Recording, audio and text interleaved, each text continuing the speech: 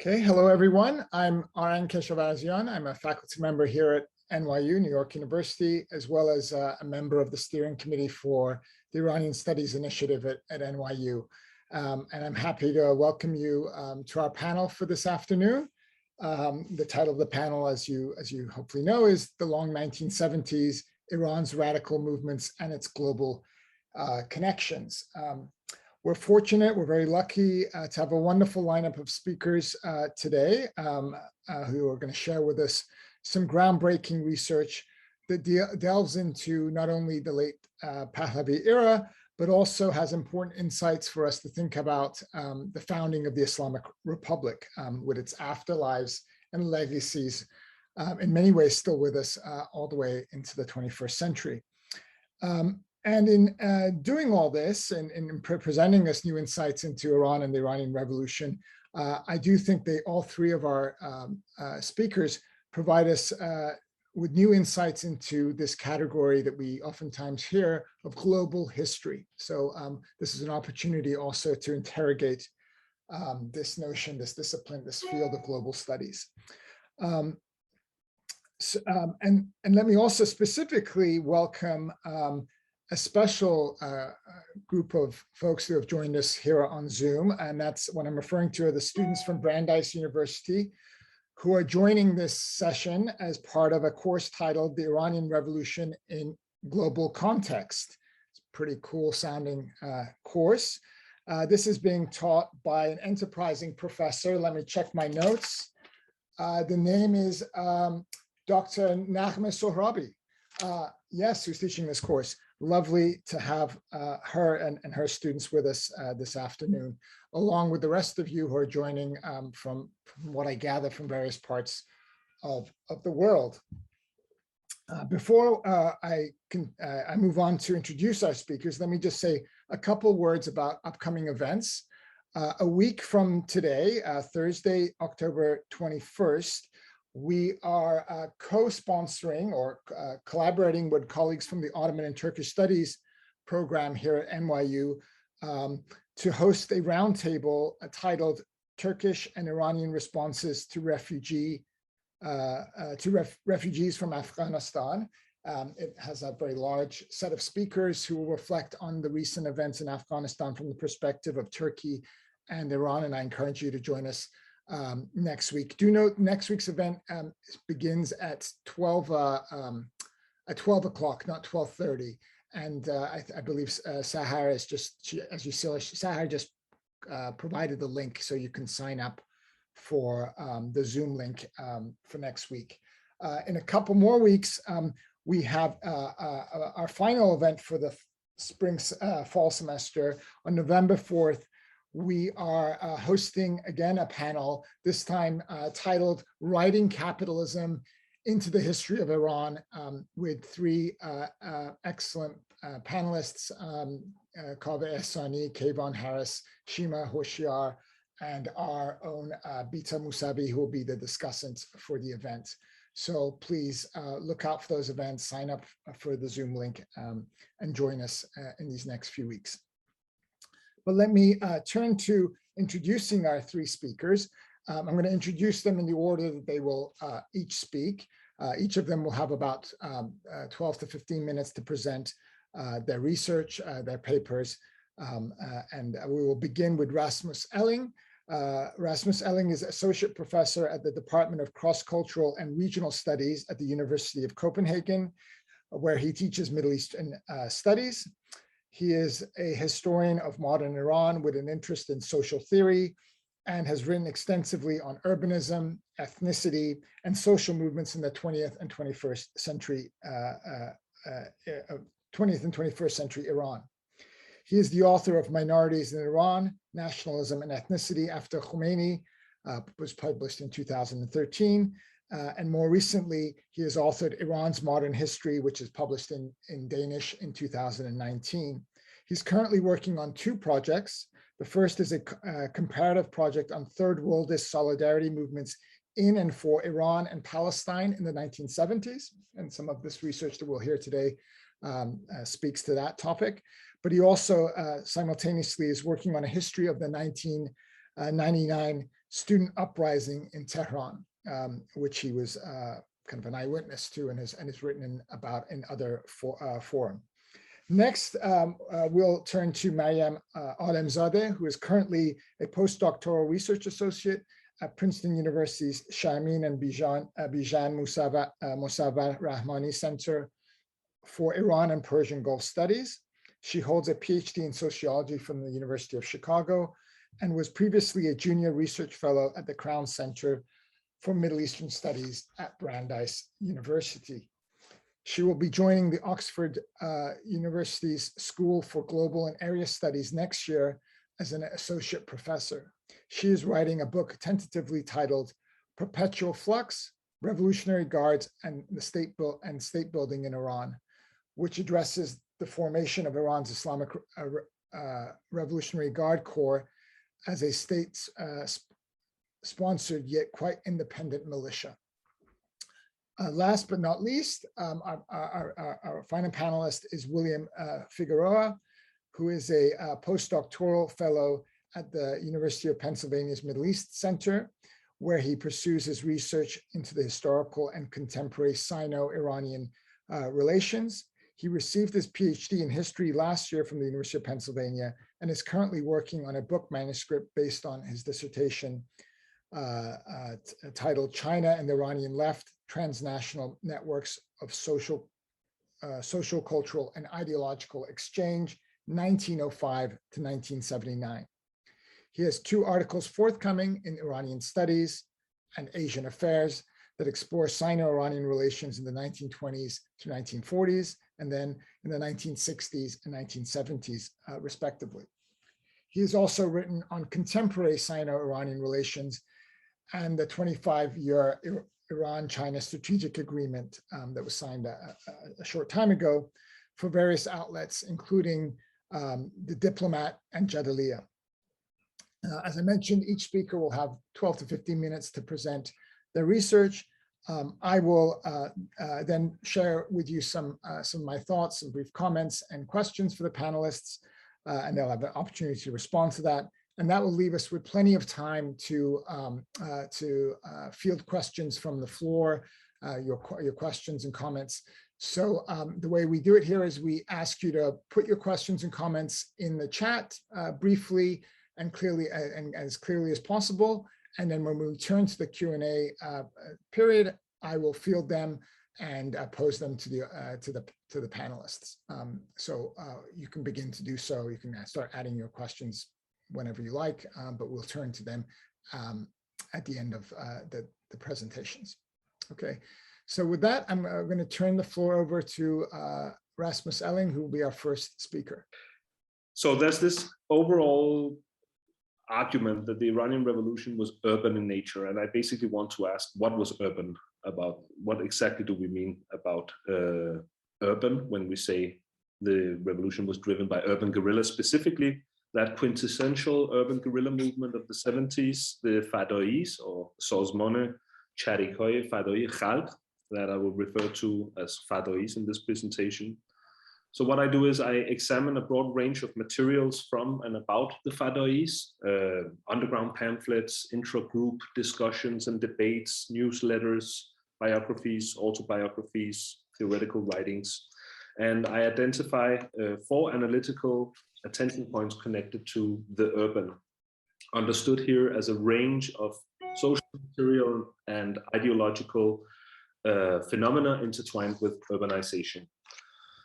So first, I argue that the rapid urbanization of Iran in the 60s and 70s facilitated the emergence of Fedais, not only in practical terms, but also shaped and impacted their line of thinking.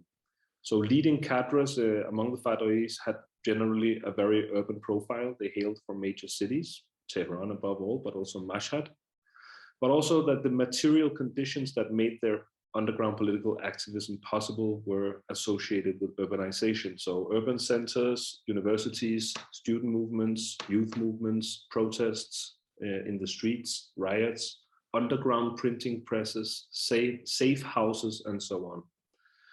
So this interestingly stands in sharp contrast with a very naturalistic aesthetic and mythology and cultural production surrounding the Fedais and the so-called Siorkal insurrection or resurrection that started with the 71 attack by Fedai guerrillas on a police station in North Iran near the village of Siorkal. After which the guerrillas were associated with Ku, the mountains, and Jangal, with the forest, and with the Jangali communist rebels who had preceded them, and with particular animals and flowers. But this stood, of course, in sharp contrast to the fact that the urban was actually a central feature of the historical context of the emergence of the Fedais. And after the Siorkal operation, they were an almost completely urban phenomenon. Secondly, I explore how urbanization, both in socioeconomic terms and in cultural terms, was treated analytically in Fedai writing, theory writing.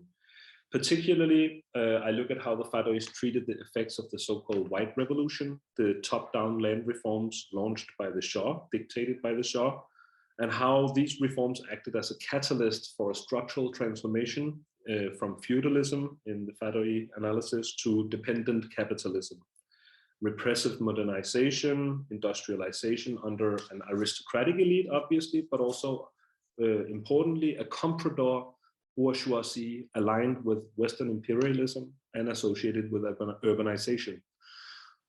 All of these transformations led to a breakneck rural to urban migration in Iran and the emergence of an urban sub-proletariat in the shanty towns that exploded in places like Tehran. But there was also a particular focus in some of the Fedai writing on what David Harvey would call the urbanization of consciousness. So the idea that urbanization also led to urban cultures of protest in the middle of these police state conditions. Thirdly, I look at how the Fedais developed what they call Shah-Shenasir Chariki, so guerrilla urbanology, I have translated it as. This is a sort of a subversive epistemology of the city, I would argue. The urban in this analysis, or in this science, as they actually refer to, the urban becomes both a setting and a resource for armed revolutionary struggle. So in underground pamphlets and manuals, and here you have to imagine the images I wanted to show you, the guerrillas are first told to map and study the urban landscape, learn about reconnaissance in dense urban areas, intelligence gathering, safe house logistics, encoding of intra-cadre communication, evasion, shadowing, and other practical matters pertaining to operating in urban space, on top of general matters of organization and chain of command and morale and physical training and disguise and so on. But I argue this is actually a broader point. It's a doctrine that I would call forests in a forest of humans, and this is borrowing directly from one of the theoreticians, Bijan Jazani. He had this very evocative metaphor for the city as a jungle, as a forest full of people that you could hide in, and it was actually easier to operate as a revolutionary in a densely populated area than going out into the countryside where you could be tracked down. So the Fedais, they repurposed and re-envisioned urban space in Pahlavi, Iran as a theater for armed propaganda. Spectacular attacks that would undermine the state's image as unassailable and almighty and all-seeing. So these attacks were then recorded, written down, and distributed in pamphlets and publications with hand-drawn maps of where they had occurred and hand-drawn, sometimes hand-drawn depictions of the revolutionary deed for inspiring, other cadres and the growing audience of Fedai writings in late 70s, in 70s Iran. So all of this was helped the Fedais to bolster a mythology of the urban guerrilla as a vanguard protagonist, moving through, undermining, and destabilizing a hostile urban environment. Fourth and finally, I look at the fieldwork reports of clandestine Fedai cadres who went to the shanty towns of Tehran, the Halabi Obod, to locate and understand the urban subproletariat, the Hoshier-Neshinon, the margin dwellers, as a possible agent of revolutionary change.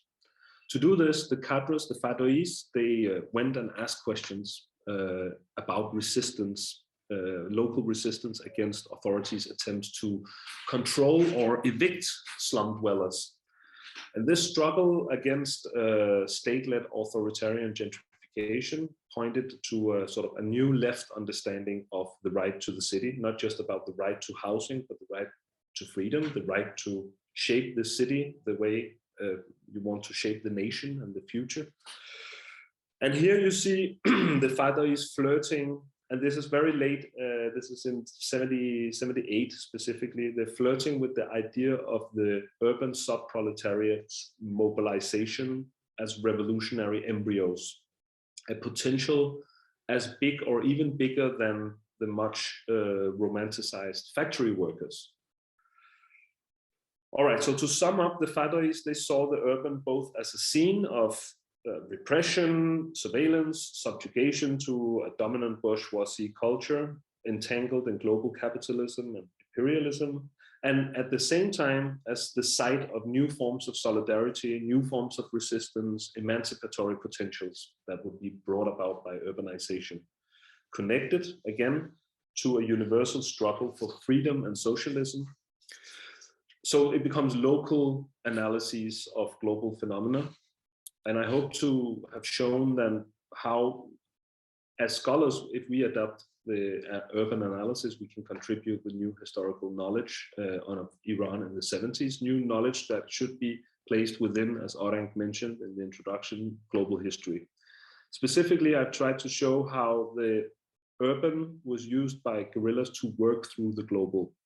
Put differently, the urban was used to think about and relate to the universalistic pretensions of Marxism and revolutionary theory, to think about global forces of capitalism and imperialism, but as they manifested locally, how they materialized locally in everyday life, and occasionally were met with resistance and urban struggle.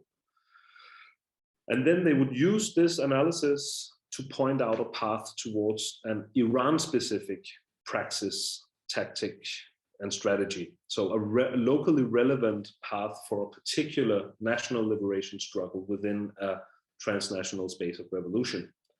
So put simply, the guerrillas would use the urban to anchor theory in practice. So all of this leads me to ask for nuance when it comes to existing depictions or existing intellectual genealogies of revolutionary thought and action. And this is an argument I would like to push a little bit further here. So there is a tendency to see movements such as the Fedais in Iran in the 70s as recipients of Western or sometimes global theories of revolutionary change, as consumers of a sort of a trickle-down movement of ideas. But I think I come to believe that we're seeing something different here, that the Fedais used urban and rural facts to debate and position the Iranian struggle vis-a-vis other Marxist and third worldist revolutionary experiences, be they Russian, Chinese, Cuban, Algerian, Palestinian, Latin American in different shapes. And then in the process, they obviously generated their own independent analyses and theses based on local sociological, historical realities.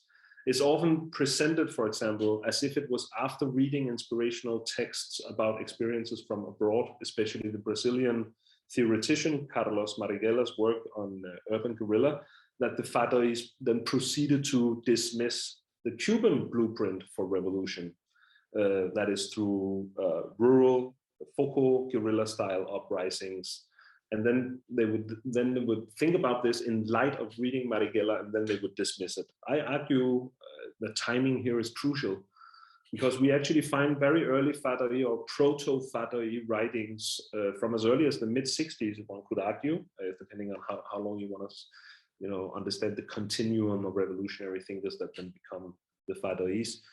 But in these writings, the Fedais argue, and this must be, I think, before they have read Marighella, that the revolution in Iran could not start in the countryside. And there were a lot of debate about this. You know, ideally it should, it could, can it not? And at the end, the leading theoreticians would reject this. It had to be driven by urban forces. So I want to emphasize this to make a broader point about how we can reread the 79 moment in light of global history.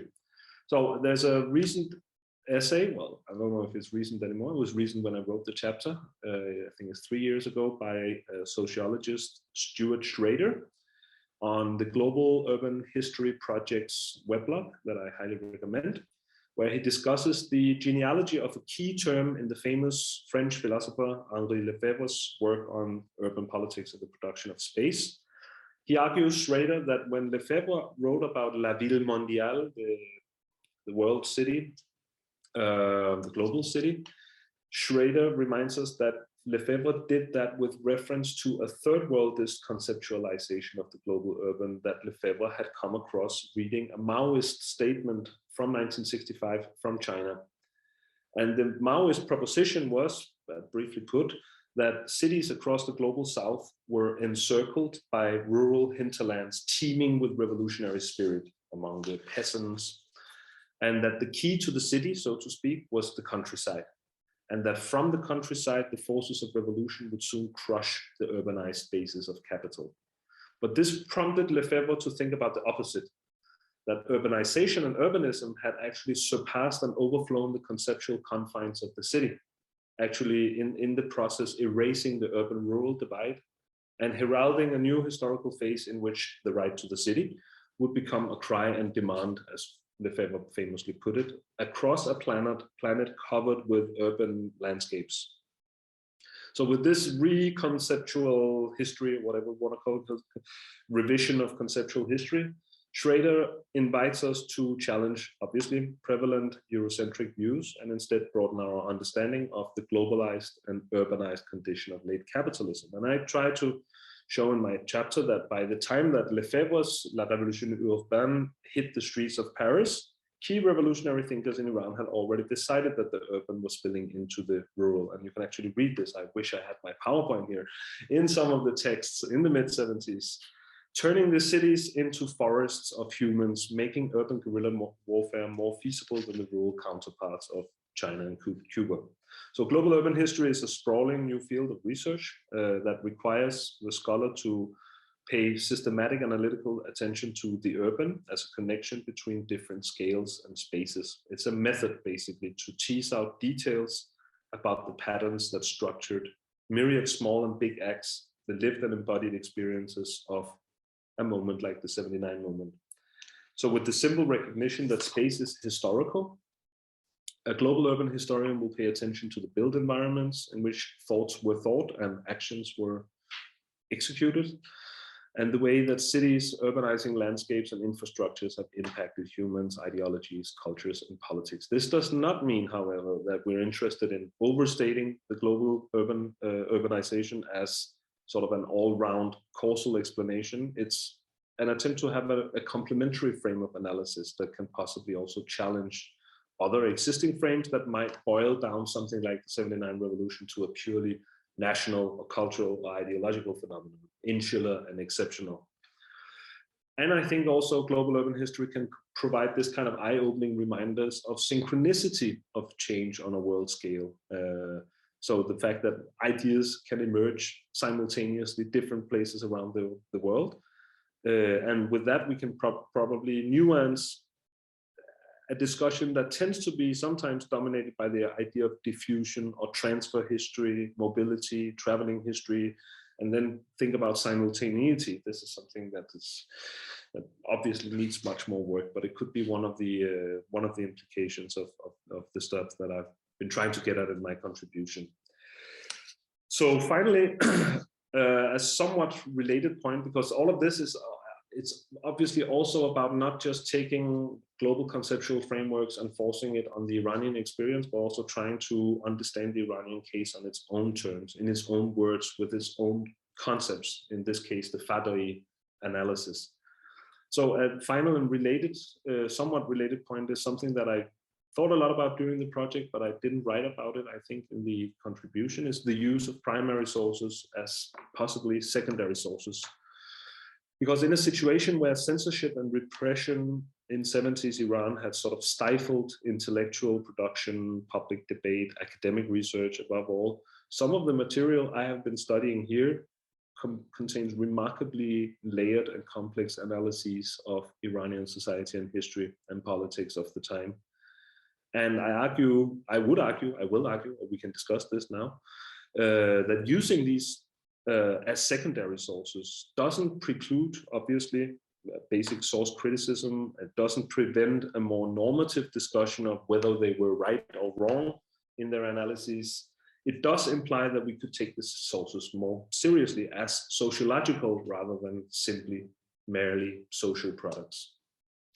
Thank you. Thank you very much, Rasmus. If you want to email me your file, we can try to share some of the slides via my computer. So while you're listening to Maryam speak, go ahead and feel free to email it. So the floor is Maryam's and for her presentation. Hello, everyone. You can hear me okay? All right, great.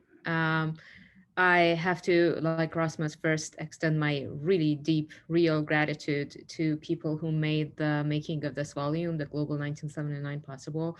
It was a really rewarding experience. I learned so much through the workshops that we had, the discussions, and the production of it. And at the helm, of course, Arang Keshavarzian and Ali Montazeri for editing it. So I'm honored to have been a part of it and to be here. So let me give you a look into the chapter that I contributed, which is titled, what is it titled? Revolutionaries for Life, the IRGC and the Global Guerrilla Movement. I hope I remember correctly. So it started with me thinking that every once in a while, the Revolutionary Guards claim that they are, and they have always been, experts in guerrilla warfare, or Jangi Cheriki in Farsi.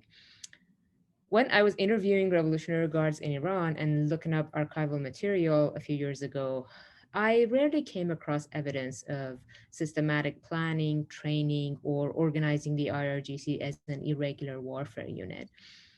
I didn't see this intention clear in the evidence that I could find.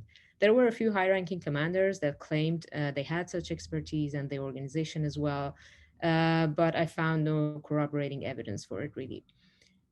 And this claim to guerrilla expertise is even more heightened when they talk about the civil conflicts, such as the one in Kurdistan and other border provinces of Iran right after the revolution. They claim this expertise is what helped them repress these movements successfully.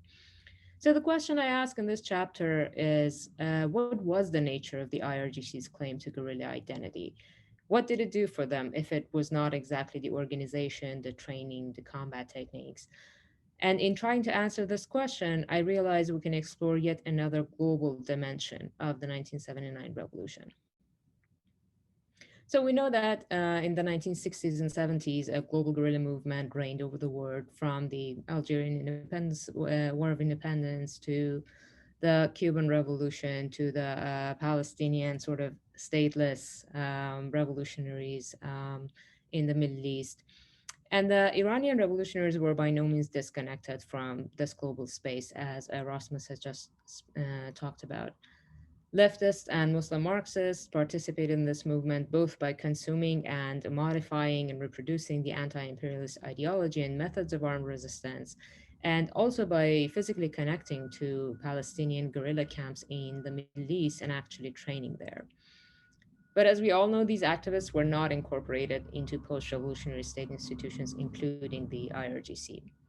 But some of the revolutionaries that did end up playing a role in the formation of the Revolutionary Guards also had connections to the global guerrilla movement. Sometimes this connection was direct and sometimes indirect through organizations such as Mujahideen Khalq. Some well-known individuals who were directly connected to the global guerrilla network and then influenced the IRGC's formation include to give you a few names: Mustafa Chamran, Mohammad Montazeri, the Ayatollah's son, and himself a cleric as well. Yahya Rahim Safavi, who became one of the prominent IRGC commanders-in-chief. Marzia Hadichi, arguably the most influential female commander in the IRGC, and Abu Sharif or Abbas Agha Zamani, who was also in the early command councils of the IRGC. These individuals, many of which later identified as Islamist or like pro-Khomeini, made use of and themselves even created some overlapping networks of support outside of Iran. One such cluster that supported some of these activists was the transnational clerical network around Ayatollah Khomeini in Najaf when he was there in exile.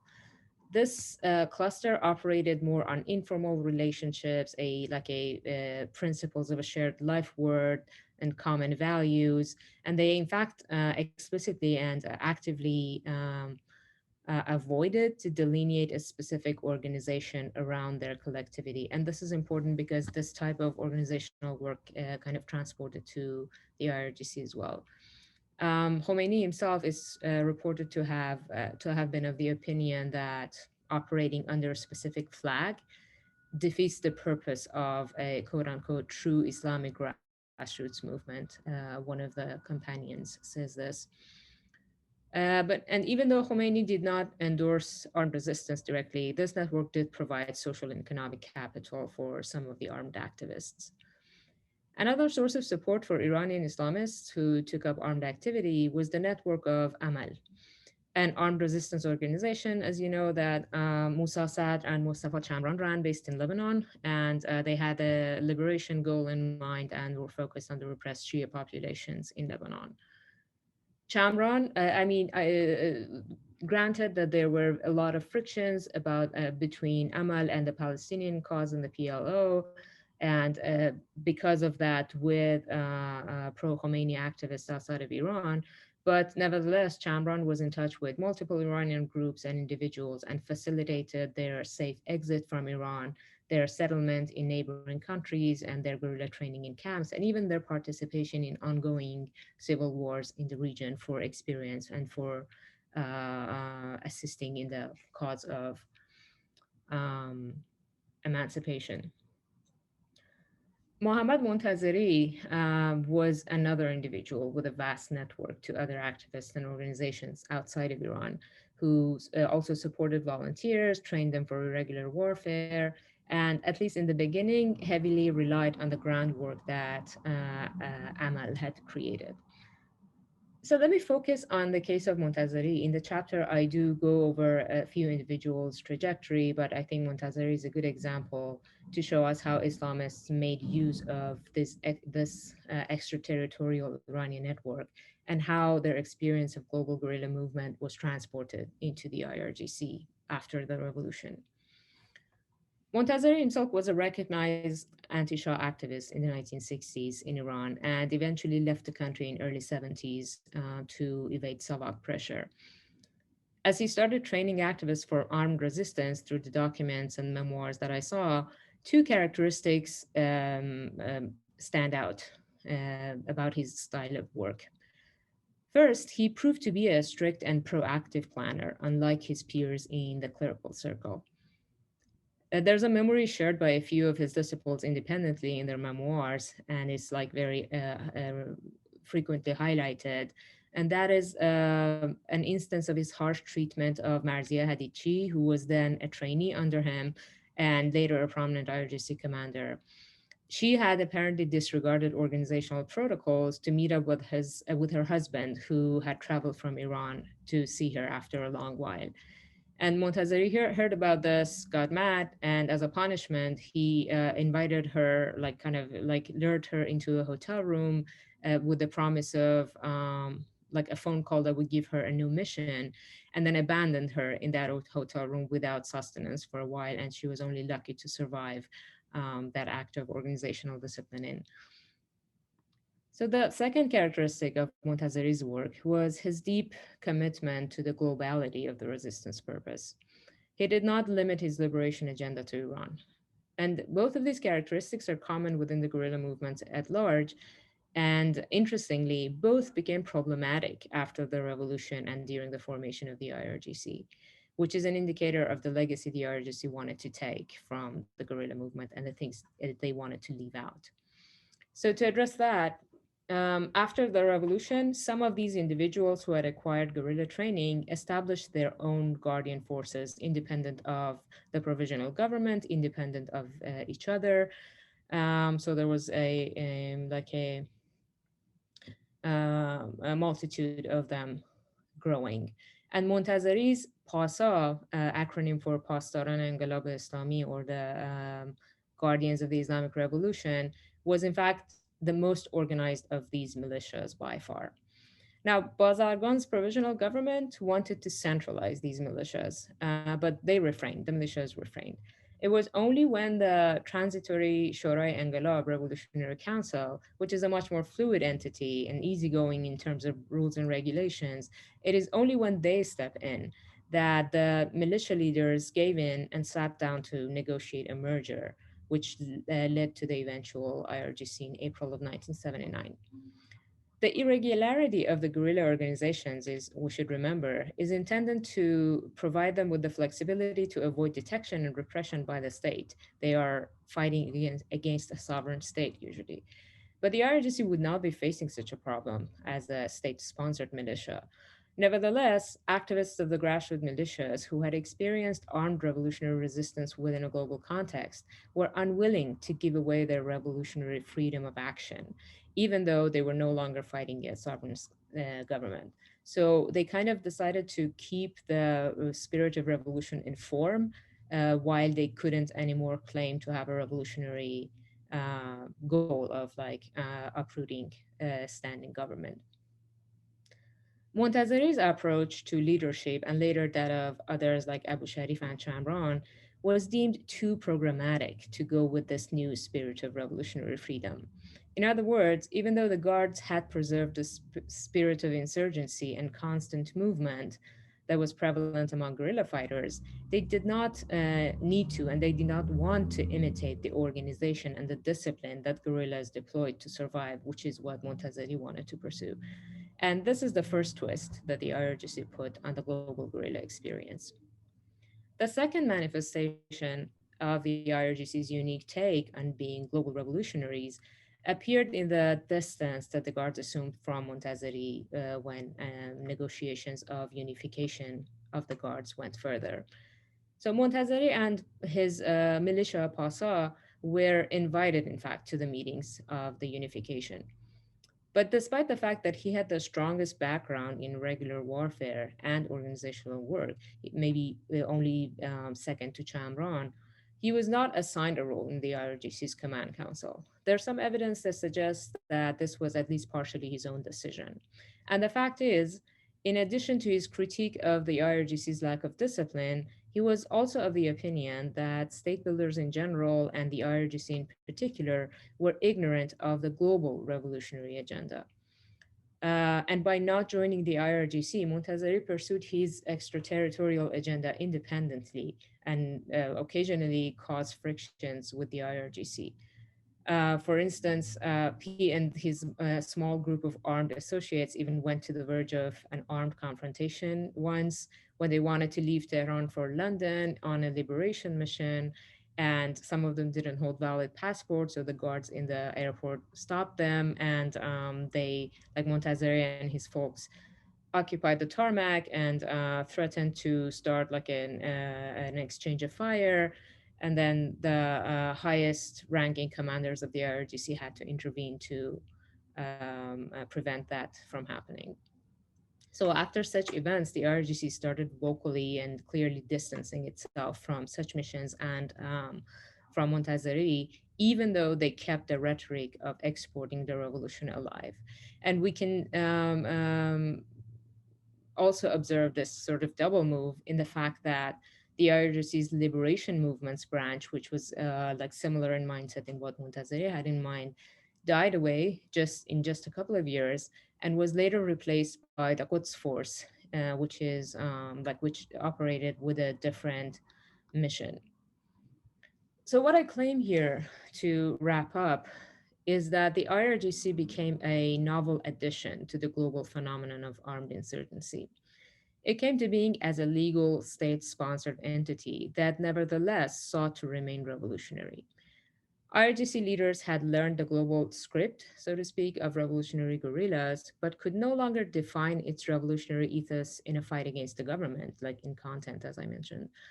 Therefore, they rewrote the global guerrilla script as one of defying rigid and centralized bureaucracy forms and maintaining global connections in the form of state-sponsored militias. With the help of the previously tested informal order within the clerical circles and under the command of the same circles, they started exporting the model by creating state-sponsored yet revolutionary militias such as Hezbollah and the Hashd Shabi, just in the IRGC's image, that is, revolutionary organizations for post-revolutionary times. I will stop here. Thank you for listening. Thank you very much. And last but not least is we have Bill. Great. Can everybody hear me? Yeah? Okay, great. So thank you for the introduction. As everybody else said, I am very happy and frankly really honored to be here and have my work featured alongside such impressive scholars. I did not contribute a chapter to the edited volume, but I am a huge fan of it. And I'm extremely grateful to Ali for the opportunity to be here. And let's just jump right in. So my work on the impact of Maoism on Iranian politics and the relations between China, the Iranian state, and the Iranian opposition is actually part of a larger study on official and unofficial Sino-Iranian relations from the beginning of the 20th century. That is to say, from the two Chinese and Iranian constitutional revolutions through the 1949 Chinese Communist Revolution to the Islamic Revolution of 1979. That project being my dissertation, China and the Iranian Left, Transnational Networks of Social, Cultural, and Ideological Exchange, 1905 to 1979. I know it's long, but it's a lot to get across. Over the course of the 20th century, Iran built up a set of popular ideas about modern China, both positive and negative.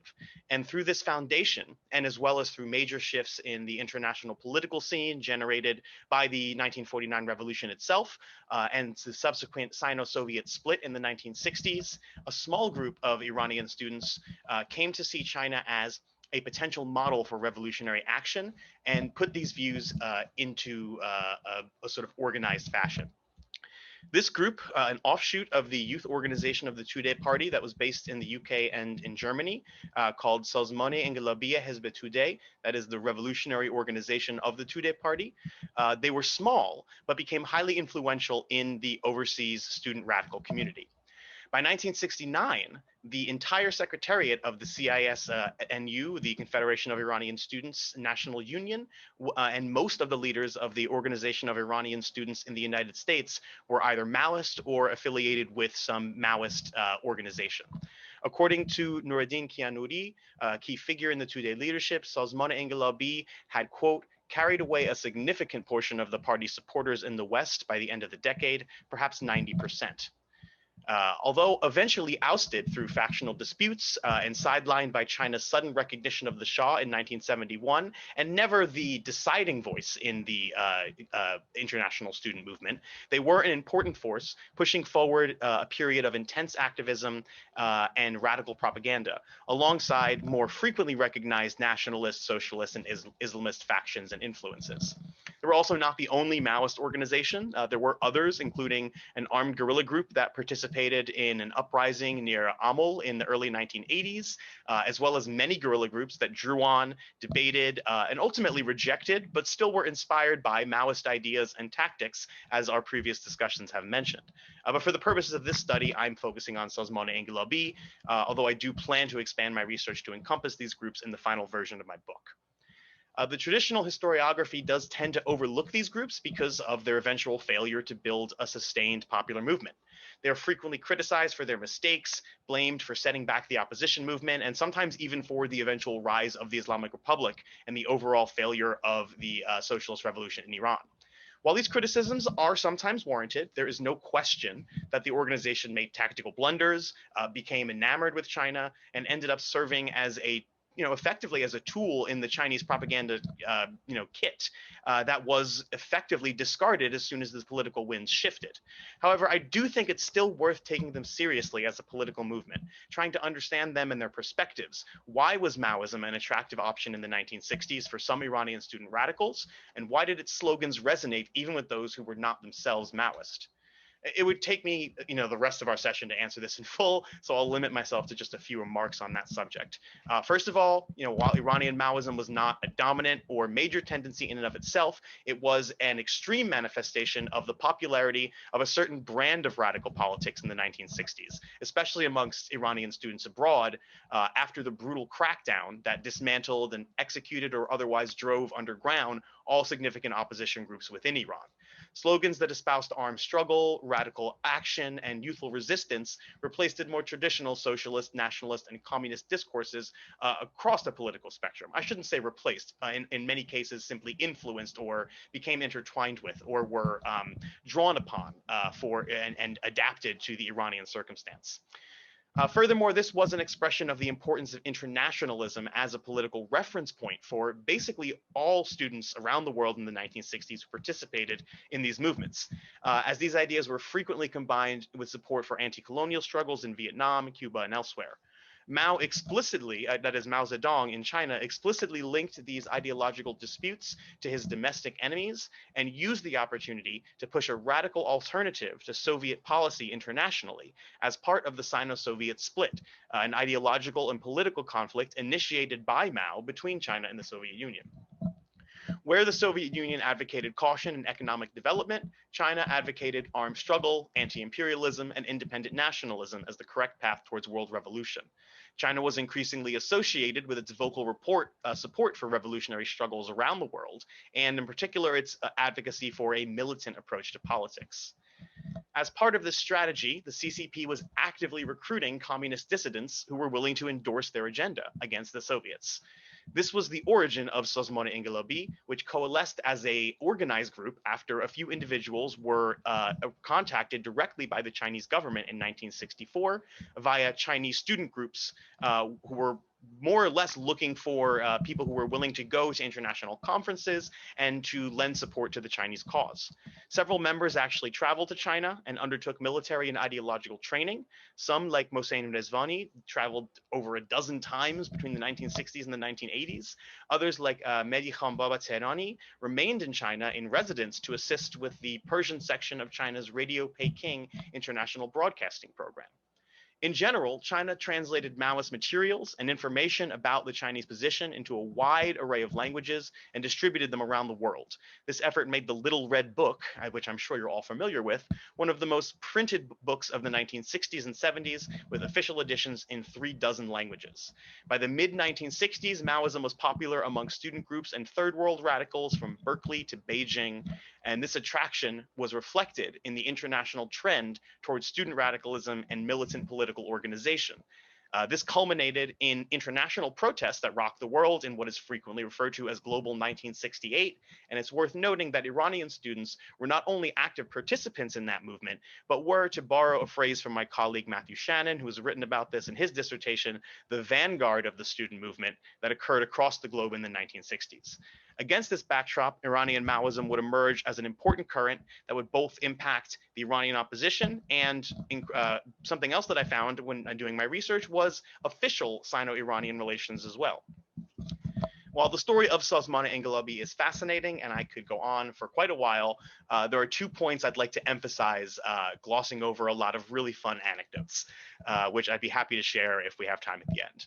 First, China was monetarily supporting an organization that was dedicated openly to the destruction of the Iranian government through armed conflict at the same time as it was quietly reaching out to the Iranian government. Official contacts between Iran and the People's Republic were established in 1971, but the process of rapprochement began as early as 1965, at the same time as these student groups were reaching out to Sozman-e Inqilabi's future members. China had repeatedly reached out to Iran in the 1950s only to be rebuffed. And after a time, the PRC renewed its efforts and tried once again by sending a radio message to the Iranian prime minister while kind of playing it off as, well, we're in flight over the country as anyway, and kind of just to see how they would respond. And this time they responded favorably. An informal trade agreement was signed in 1966, and official ties were established in 1971 after a long period of quiet courtship, during which time Iran publicly defied the United States on the issue of Taiwan's membership in the United Nations. This uncomfortable marriage of ideological and practical goals was typical of Chinese diplomacy during this time. But it's worth mentioning that this is hardly a mutually beneficial or friendly arrangement from the Iranian government's point of view. Any of you who are familiar with the modern discourse of Sino-Iranian relations, especially if you've been following the recent Sino-Iranian 25-year deal, you'll realize that when you look at the real history, China is glossing over a lot with this rhetoric of 2,000 years of friendship, of kind of up and down and back and forth approach to Sino-Iranian relations. The second and related point is that China did not actually provide Sazman Engelabi with the means to instigate an armed rebellion, despite repeated requests to do so, and the eventual presence of an ongoing Kurdish revolt that would have been ripe for support by their own ideological ways of looking at it. In fact, they were singularly disinterested in fomenting genuine revolution in Iran, going as far as to deny Mehdi Khan Baba Tehrani's requests to criticize the Shah more directly in Radio Peking's Persian programming, one of the reasons why it never really took off. In other words, their interest in Sazman Engelabi, China's interest that is, was purely instrumental. They provided good propaganda and support for the Sino-Soviet split, as well as information about events inside Iran at a relatively low financial and political cost. Supporting the Maoists did not cost China in its long-term objective, pursued by Zhou Enlai since the 1955 Bandung Conference, which was establishing friendly relations with Iran as a counter to American and later Soviet hegemony. Even at the height of the Cultural Revolution, that is to say, at least in Iran, Chinese foreign policy was not nearly as revolutionary as it made itself out to be.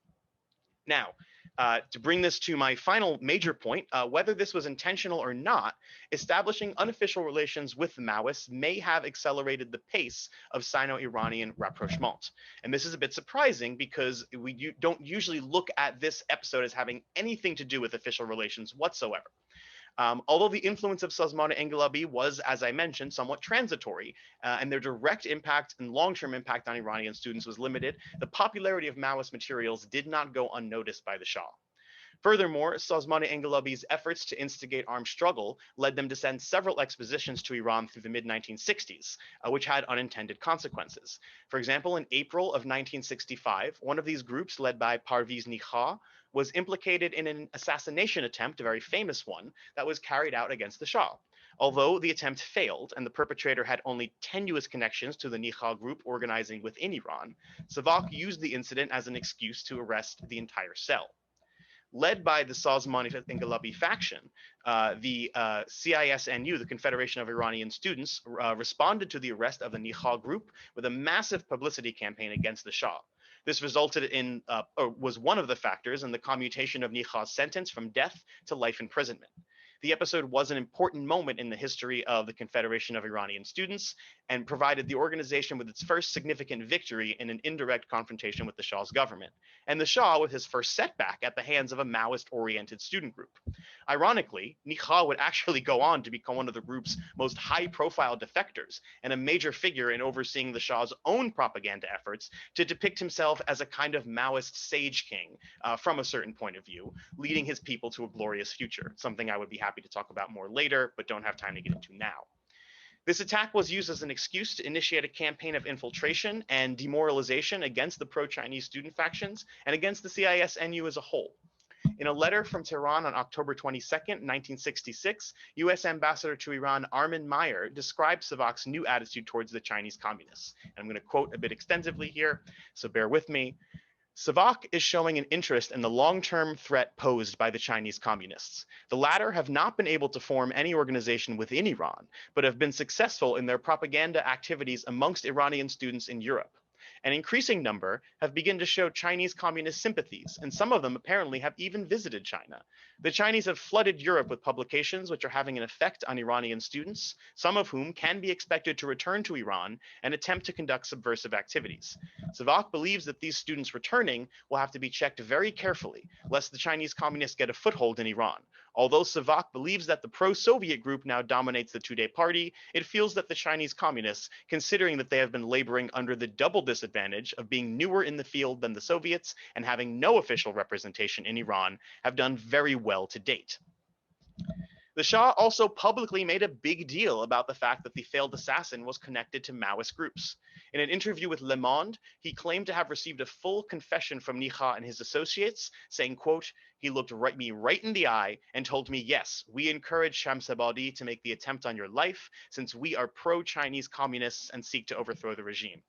While Savak knew this was just a convenient fabrication, based on the Shah's subsequent behavior, it seems like he himself either took it seriously or used it as an occasion to bury those he feared might try to attempt an assassination against him in the future.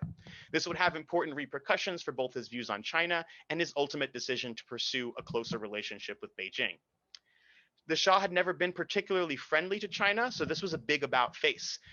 He once claimed that Iran had no interest in China's, quote, ant-like society. In 1963, he wrote a letter to Lyndon Baines Johnson, arguing in favor of peaceful relations with the Soviet in the face of, quote, Chinese peril to universal peace. And I could go through another of other instances of him, accusing the CCP of not being peace-minded, calling them fanatical ideologues, pushing a policy of belligerence between 1965 and 1966 and beyond. The Americans had doubts about the level of Chinese infiltration of the student movement being particularly high.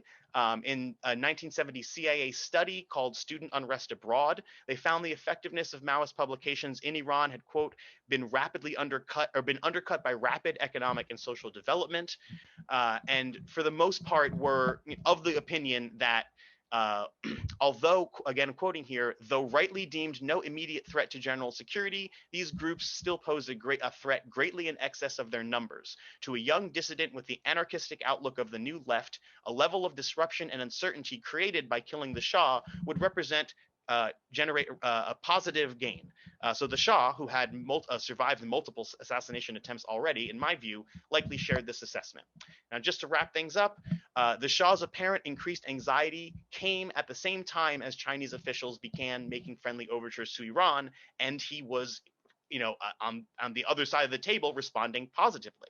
So both Chinese support for Osmani Engelabi and the impact of Maoism on the student movement ironically contributed to the Shah's decision to pursue closer ties with Beijing.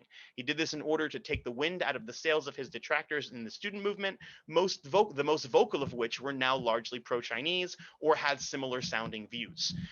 When discussing Sino-Iranian rapprochement, China's support for revolutionary movements in the Middle East, particularly the Popular Front for the Liberation of the Occupied Arabian Gulf, is cited as the primary area in which the Shah was concerned about Chinese influence. However, the Chinese did not begin to support these uprisings until 1968, and the Shah had made his friendly intentions toward China clear by 1965. Therefore, it seems most likely to me that in this earlier period, it was Chinese support for the Iranian revolutionaries and their influence on his opponents that was on his mind. Thank you for that, and I'll leave it there. Thank you very much to Bill and Rasmus and Maryam, all three of you. Just to remind you, you can pose your questions briefly and clearly as possible in the chat section. So feel free to do so, and we'll begin to. I'll turn to them in a moment and pose them to the panelists. I won't take up too much time because I do want to have time for your questions to the panelists. But let me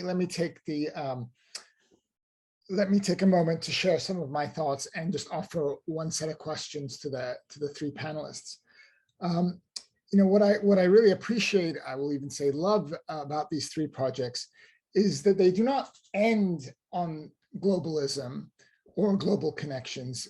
Instead, they begin with global connections and globalism. And what I mean by that is that Rasmus, Maryam, and Bill, in different ways, first map out the various ways that ideas, tactics, models, organizations, personalities circulated around the world in different ways, crossed political boundaries and borders of nation states and so forth.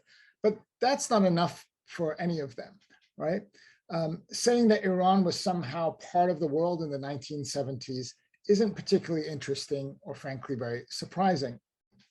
Instead, what each of the panelists want us to think about is what these global connections mean, what these global connections do, for different actors, what sorts of tensions and struggles emanate and unfold from these global connections and processes. And as the authors in different ways, but most strongly in Rasmus's presentation insist on, is thinking about how Iranians and Iranian organizations defined and shaped the global themselves. So it wasn't a one-way pathway between the global and the local, or the global and the national, and so on and so forth. Now, they each do it. They each do this in kind of masterful ways. And let me very, very briefly touch on the ways that for me are significant. For Rasmus, the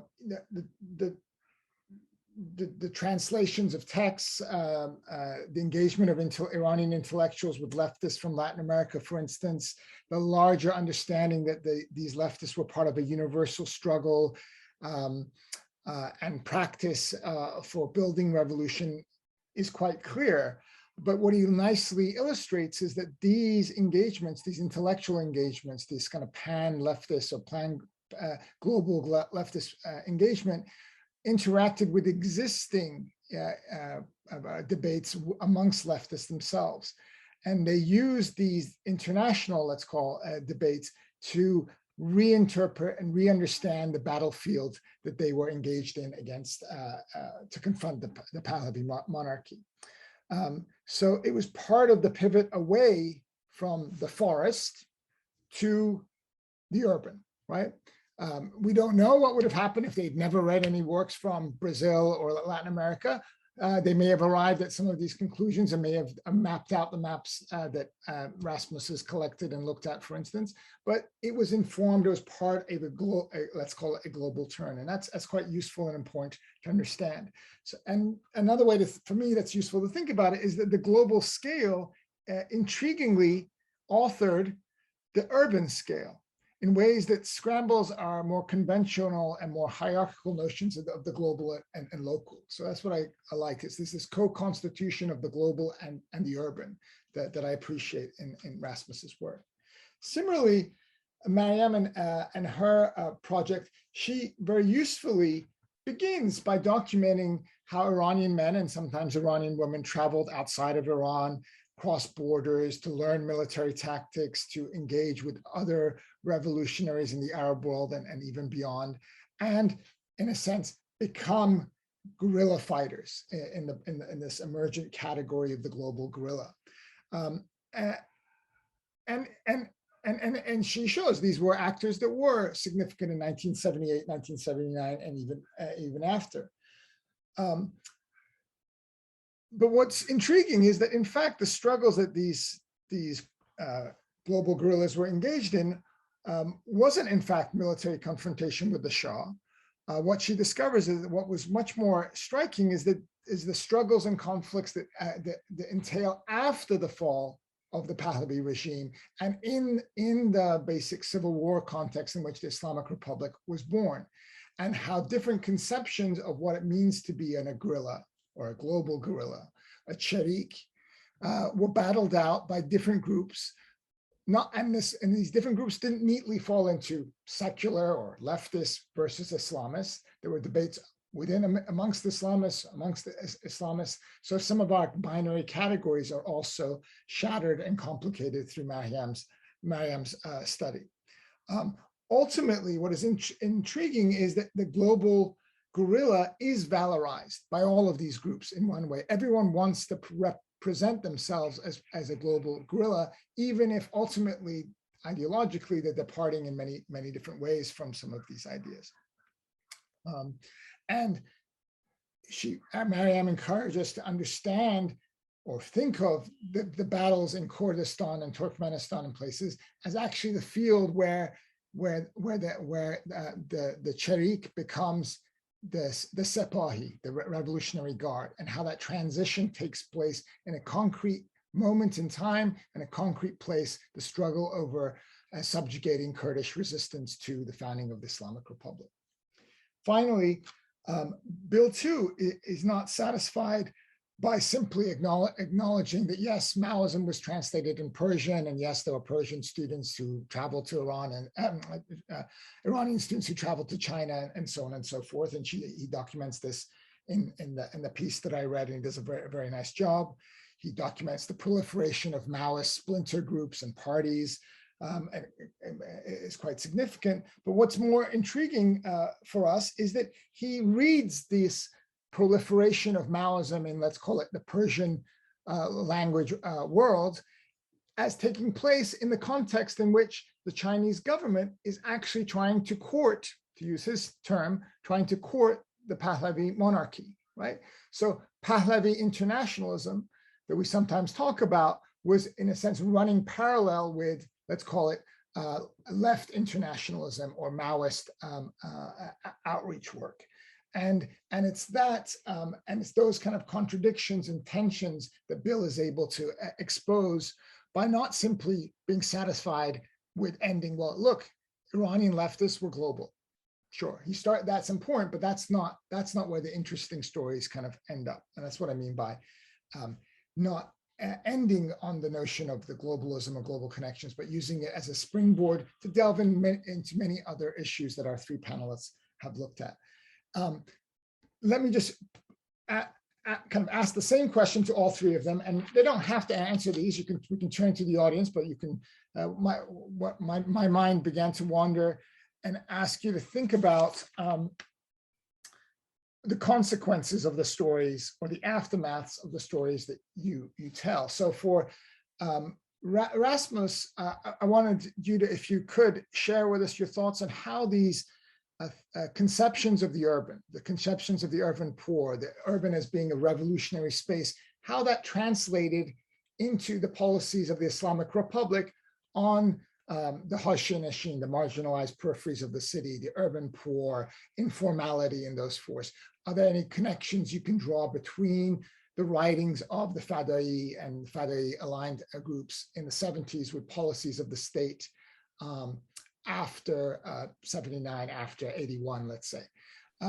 Similarly for Maryam, although she really did speak to this, but let me see if you want to add anything to the notion of how this global guerrilla script, as you call it, how that script and how this kind of mythical figure of the Cherik, in a sense, how that transpires by the end of the 1980s, after the Iran-Iraq war, after, for instance, the creation of Hezbollah in Lebanon in 1982, and even during the era of Sazandagi and reconstruction after the war's end. What is the plight of the Cherik? Or the global guerrilla fighter? If you can share with us if there is a certain afterlife, does that figure still live in movies, in cinemas, in psyches, in political debates, on the floor of the Majlis, so on and so forth.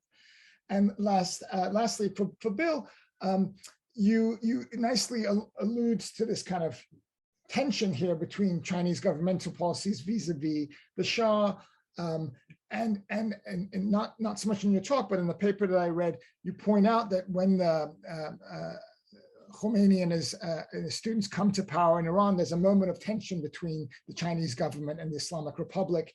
And I wonder if you could talk about that and how the 1970s and this kind of somewhat checkered record both between the Chinese government and the Shah's government, as well as the plight of these Maoist groups after the revolution, how they may have configured Iranian-Chinese relations, not so much today, but in the 1980s, and what was there a kind of a revolutionary connection in that opening decade. So I'm gonna stop there. If any one of you want to pick up, respond to that and those questions briefly, maybe a couple minutes, that's great. And then I can see we have questions being written in the chat, so I can post those. So maybe how about we go in reverse order this time? Bill, do you want to take a couple minutes if you like? Then we turn to Maryam, then we'll turn to Rasmus. Yeah, so like you said, there was this kind of moment of tension. The Iranian government, or the Chinese government, was actually the very last government to officially visit the Shah before he fell. I think it was like 6 months prior to that. There was a major a Chinese state visit where Hua Guofeng, who was the sort of Mao's successor for a brief period, came to Iran. And this really stuck in the craw of the Iranian revolutionaries and the new Iranian government that came afterwards, and they remembered this. And there was actually no attempt. The Chinese government, interestingly, they did try to reach out to the Bazargan government while they still had the chance, but it never really went anywhere. And ultimately, any attempts to reach out to the Islamic Republic were rebuffed until the Iran-Iraq War was on the horizon. And then the notion of having Chinese support was a little bit more significant and important. At that point, the Iranian government was willing to kind of meet China halfway, but doing so required a kind of public apology, wherein the Chinese government kind of did a very rare move of saying, we were wrong. We're sorry. We should not have visited the Shah at that time. And it was literally a time when people were protesting in the streets. I mean, they had to take helicopters instead of the usual limousine rides because there were too many people protesting at the time. And when you read what the Chinese ambassador at the time says, he was very, very shocked at how weak the Shah looked and how he openly actually admitted to them that he was concerned for his own survival at that moment. He went away with this sort of it's a really strange situation, a very odd state visit I just had. So they apologized for it, and I think Khomeini said something like that China had visited Iran at the time when the streets were awash with blood of the Iranian youth. So that was a big issue, and it really did kind of set the terms early on, and that tension I think has changed. It's around different issues now, but it's never really gone away, and it really goes to show why both the people in the Iranian government and in the Chinese government that are interested in pushing forward positive relations between the two sort of default to this kind of Silk Road, 1,000 years resumption of connections sort of narrative, because as I mentioned, it really smooths over these moments of kind of a bumpy road to modern relations. Maryam, want to give you? Sure. Yeah. Thank you for that question and for your comments. It's a very interesting thing to think through the afterlife of the Cherik, of the guerrilla in the Islamic Republic. And I have tried to do that to some degree in my work. The matter of fact is, the evidence that I came across, it seems like Cherik has become a point of reference, or Jang Cheriki, whenever the Revolutionary Guard's commanders want to make a claim to some type of military expertise. So everyone probably knows that the IRGC was under heavy criticism from the regular army and from the more technocrat, more moderate part of the government during the Iran-Iraq War for unprofessional conduct and causing a lot of mass casualties and unnecessary sacrifices of lives. So whenever they want to reclaim professionalism, they resort to, we were Cheriks, we were guerrillas, we had dabbled in it, we knew it, the army didn't. We were the people to, especially as I mentioned, that's why they highlight the civil conflicts, because the civil conflict is the place to, is a good match for such tactics. The valor of guerrilla or Cherik itself, in my opinion, fades and is replaced by the valor of the martyr of the Iran-Iraq War, by the Basiji. Again, whenever necessary, Basij is introduced as an expert guerrilla, especially in the first few years of the war. But it's because of the connotation of Marxism and leftism, it's actually not brought up frequently as a point of like as a matter of honor to have been sheikhs. So yeah, I think I'll stop there. Thanks, Arang. Yeah, interesting question, and I think there are people who would be able to answer it better than me. Like I'm thinking of the work.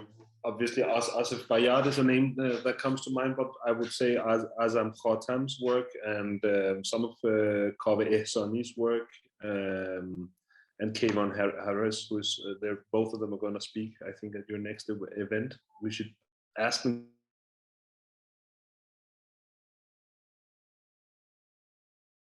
The right to housing couched in this specific terminology that we see in Fedai's writing definitely impacted on the revolutionary state, no doubt about it. Actually, my original idea for this project was something else. I was going to write about Hotel International, which is this international hotel in the middle of Tehran. It used to be, it's not there anymore. I presented an idea for the original workshop for this project, which was going to be about, well, it ended up very much about what happened after the revolution, but it was to recount the history of this hotel from being like a prestige project of Pahlavi urbanism and modernization. That was also, by the way, the target of a terrorist attack by the Mujahideen Khalq on American interests. And then it was expropriated during the revolution, when there was a wave of more or less spontaneous expropriations of hotels and public buildings by all sorts of groups, Comité, the Revolutionary Guards, I believe, also were involved in that. There were especially spontaneously emerging student groups who would expropriate these hotels and turn them into student dormitories. By the way, exposing a very interesting dynamic between rural students who came to the cities and didn't have a place to stay. It was too expensive for them, so they took, you know, the hotels, and eventually they were kicked out by what then became institutionalization of the revolution in various guises, also intermixed, I believe, with lots of corruption cases and nepotism, you know, spontaneous revolutionary courts who would then expropriate something that had already been expropriated, leading to theological questions about expropriation. You know, what kind of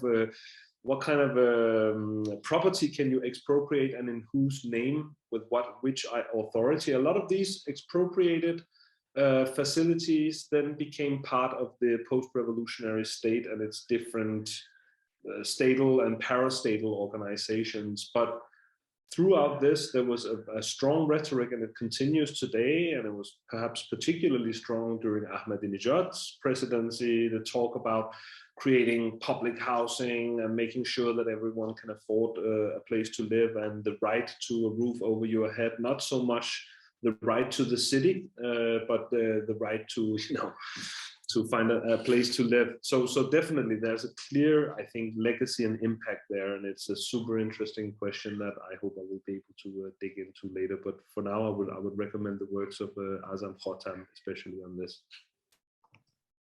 Good, thank you. Yes. So we have a number of questions, and we only unfortunately have about 8 minutes. So I'm going to be brief and ask the panelists also to be brief in their responses. And some of these are very short responses that you can maybe answer in the chat yourselves. But let me start with a question that was posed to Dr. Maryam Alemzadeh by someone named Mubashir. They write, if there is no evidence for the systematic training of guerrilla and asymmetric warfare within the IRGC, then what exactly is the function of the Quds force? Also, what is the relationship between the liberation movements of the first period of the revolution and the current Quds force? How did the Quds force finally evolve, and so on and so forth? So if you want to draw a connection between the contemporary structures of the Sepah. Yeah, that's a great question. Thank you so much. When I say there is no evidence of systematic training and organization, I'm referring to the initial formation of the IRGC, the very first few years before and during the time they got engaged in civil conflicts in the first 2-3 years after the revolution. When the Quds Force was established, it was not the case anymore. It's not that they trained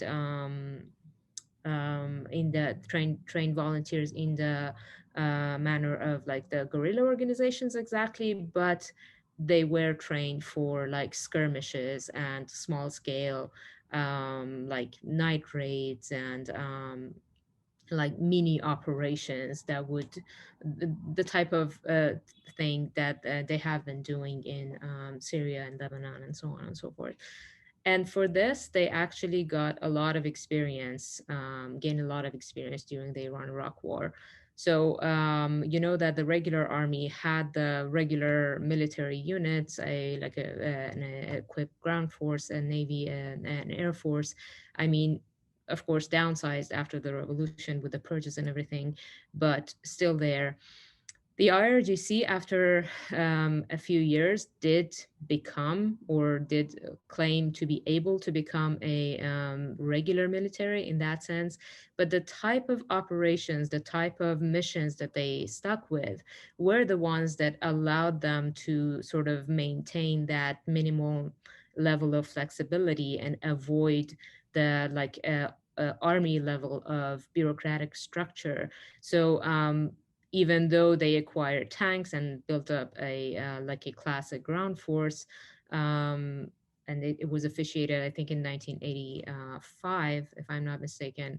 They if you look at the numbers of in the operations in the Iran-Iraq War, they are not used. It's the army's ground force that is providing the backup, and it's the sort of bold and fearless infantry of the IRGC that is taking care of the type of operations that they are still doing under Quds Force in other countries now. And the philosophy of the liberation movement, also like the ideology, is radically different from the Quds Force. The Quds Force is pursuing Iran's interests in the region, whereas the liberation movement was genuinely, I mean, who knows how genuinely, but the ideology was emancipating the nations in need, and preferably the Islamic nations.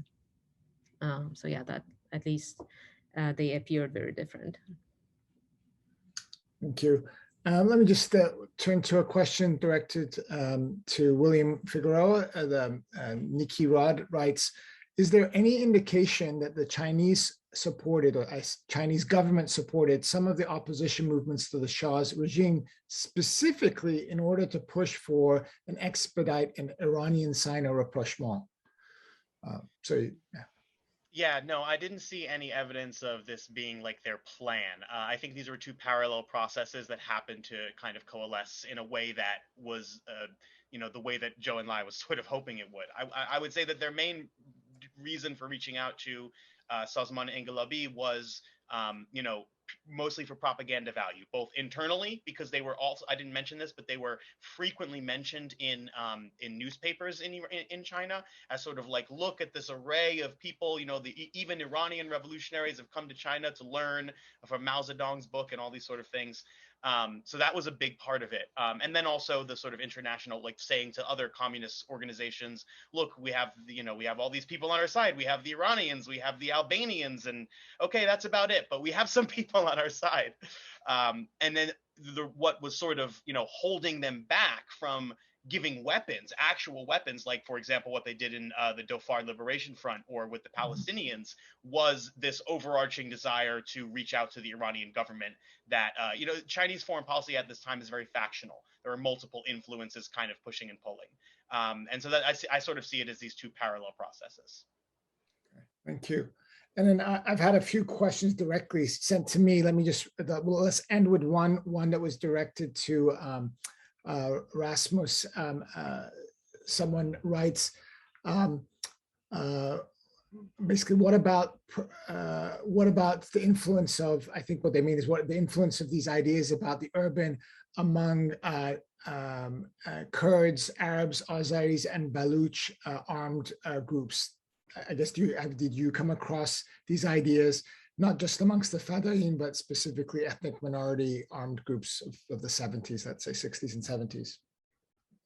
That's gonna be a cliffhanger, because that is actually something I'm working on right now with a talented scholar.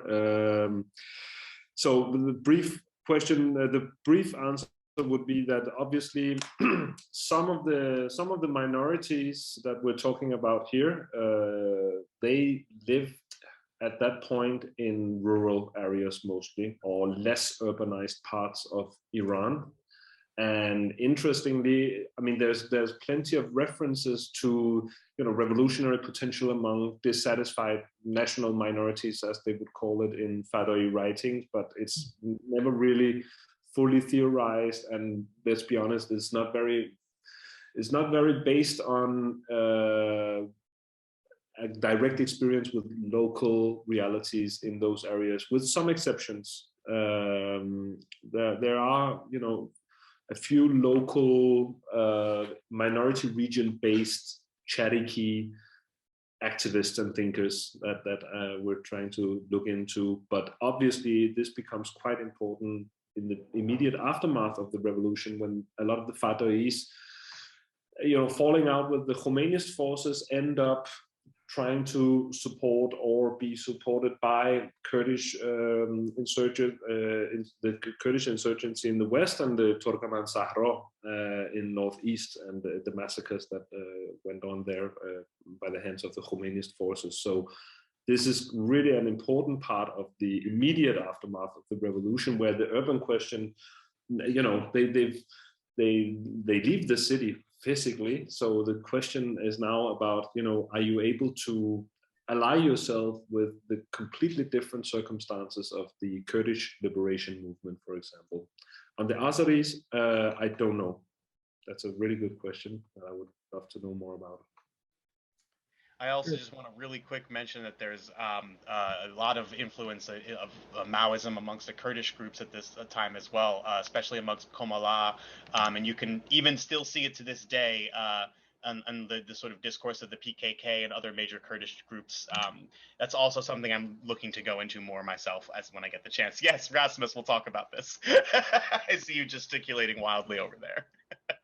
Well, on that note, we hope you go off and do some more research and rejoin us in a few years' time for part 2 of this panel. But join me in thanking our wonderful panelists, Rasmus Elling, Maryam Alemzadeh, William Figueroa, for wonderful presentations of great research. I hope you follow up and read the actual publications and follow their works in the days and weeks to come.